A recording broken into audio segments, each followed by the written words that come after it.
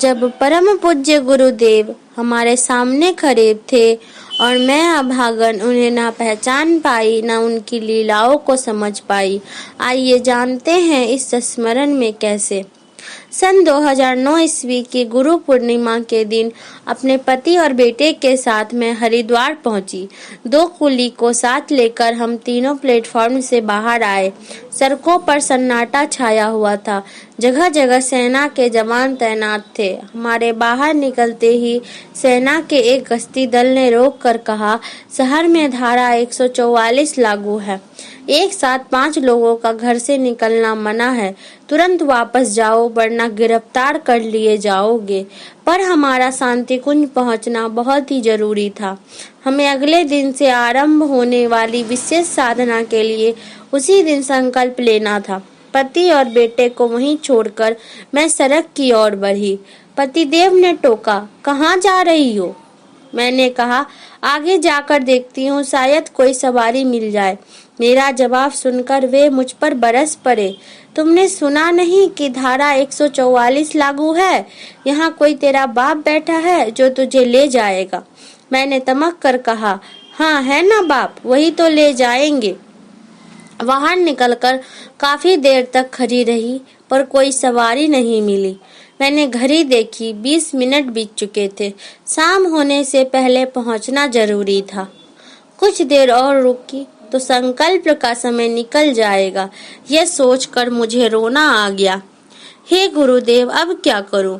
तुमने बुलाया तो मैं आ गई। अब तुम ही कुछ ऐसा करो कि संकल्प ले सकूं। मुझे रोते देख गश्ती दल वाले आकर पूछताछ करने लगे। मैं उन लोगों को समझाने का प्रयास कर रही थी कि मेरा आज ही शांति कुंज पहुंचना बहुत जरूरी है। सभी यही कहते पैदल चले जाओ, मगर मैं उतनी दूर तक पैदल चल नहीं सकती थी और हमारे साथ सामान भी बहुत सारे थे। करीब 45 मिनट बाद सामने से एक रिक्शा वाला आता हुआ दिखा। उसने पीला कुर्ता पहन रखा था, कंधे पर पीला झोला भी लटकाए हुए था। पास आने पर मैंने उसे रोकते हुए कहा, बाबा मुझे शांति कुंज जाना है, चलोगे क्या? रिक्शा वाला बोला, बैठ जाओ, पहुंचा देता हूँ। मैंने कहा, मैं अकेली नहीं हूँ, मेरे साथ मेरा बेटा और पति है, कुछ सामान भी है। उसने कहा, ले आओ। वापस आकर मैंने बेटे से कहा, जल्दी से सामान उठाओ, एक रिक्शा वाला जाने को तैयार है।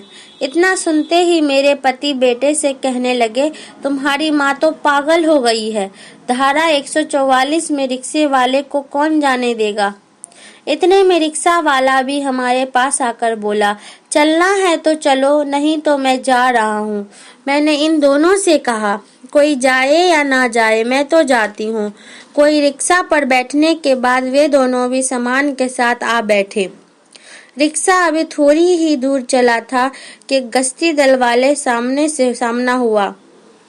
उन्होंने रिक्शा किनारे लगवाकर कहा, पैदल जाना हो तो जाओ, रिक्शा नहीं जाएगा। रिक्शा वाला कुछ देर तो चुपचाप खड़ा रहा, फिर उसने नजर बचाकर निकलने की कोशिश की, लेकिन गश्ती दल वालों ने उसे निकलने नहीं दिया।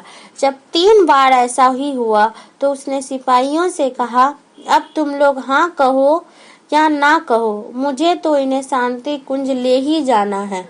सिपाहियों ने अपनी मजबूरी बताते हुए कहा, बाबा हम तो नियम से बंधे हैं, यदि तुम्हें जाने दे तो साहब हमें सस्पेंड कर देंगे।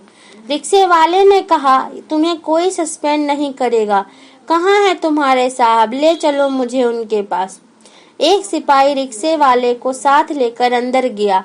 देखते साहब कड़क कर बोले, क्या बात है? रिक्शे वाले ने बताया, बाबूजी इनका शांति कुंज पहुंचना बहुत जरूरी है। महिला है, इतनी दूर पैदल कैसे चलेगी, साथ में सामान भी है। दोनों की बहस में 10 मिनट बीत गए। अंत में बाबा ने कहा, रिक्शा नहीं जा सकती तो आप ही पहुंचाइए, आपके पास तो सरकारी गाड़ी भी है। इस बात पर पास ही बैठे बड़े साहब को हंसी आ गई। वे बोल पड़े, अरे जाने दो इसे, पागल है, मानेगा नहीं। रिक्शा आगे बढ़ चला। बाबा ने शांति कुंज के गेट पर पहुंचकर रिक्शा रोका। मैंने बाबा से कहा, तुम भी चलो, सुबह हवन करके चले जाना। बाबा मुस्कुराने लगे। अब मेरा ध्यान बाबा के चेहरे की तरफ गया। मैं यह देखकर चौंक पड़ी कि बाबा का चेहरा पूज्य गुरुदेव से मिलता जुलता है। पूजा घर में मैं देर तक गुरुदेव का फोटो देखती रहती हूँ। मुझे लगा कहीं ये गुरुदेव ही तो नहीं। वही कदकाठी, वही ललाट, वैसा ही ऊपर की तरह लहराते बाल। फर्क सिर्फ इतना था कि बाबा की तरह उनकी दाढ़ी नहीं थी। तभी बाबा के बोलने से मेरा ध्यान टूटा। वे कह रहे थे, सामान अंदर ले जाओ, देर हो रही है। मैंने कहा, पहले भाड़ा तो दे दो। वे बोले, एक बार में सारा सामान नहीं जा सकेगा, तुम लोग थोड़ा सामान अंदर रख कर आ जाओ, तब तक मैं बाकी का सामान देखता हूँ। वापस आकर मैंने देखा कि सामान तो गेट के पास ही रखा है, लेकिन ना तो वहाँ कोई रिक्शा है और ना ही रिक्शे वाले बाबा। मुझे बड़ा आश्चर्य हुआ कि बिना पैसे लिए ही बाबा कैसे चले गए। अचानक मन में ये सवाल उठा, कहीं ये पूज्य गुरुदेव ही तो नहीं। हरिद्वार स्टेशन के पास धारा 144 लागू होने के बावजूद एक रिक्शे वाले का आना, पुलिस वालों को मनाकर हमें शांति कुंज पहुंचाना अन्यास ही नहीं हुआ, यह गुरुदेव की ही लीला है।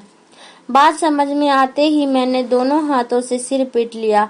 हाय अभागन, तुमने उन्हें पहले ही क्यों नहीं पहचाना? मैं बिलख उठी, हाय गुरुदेव, मुझे छलावा देकर चले गए। अपने बारे में बता दिया होता तो तुम्हारा क्या बिगड़ जाता? ये अभागन भी तुम्हारे चरणों की धूल अपने माथे से लगाकर अपना जीवन सफल बना लेते।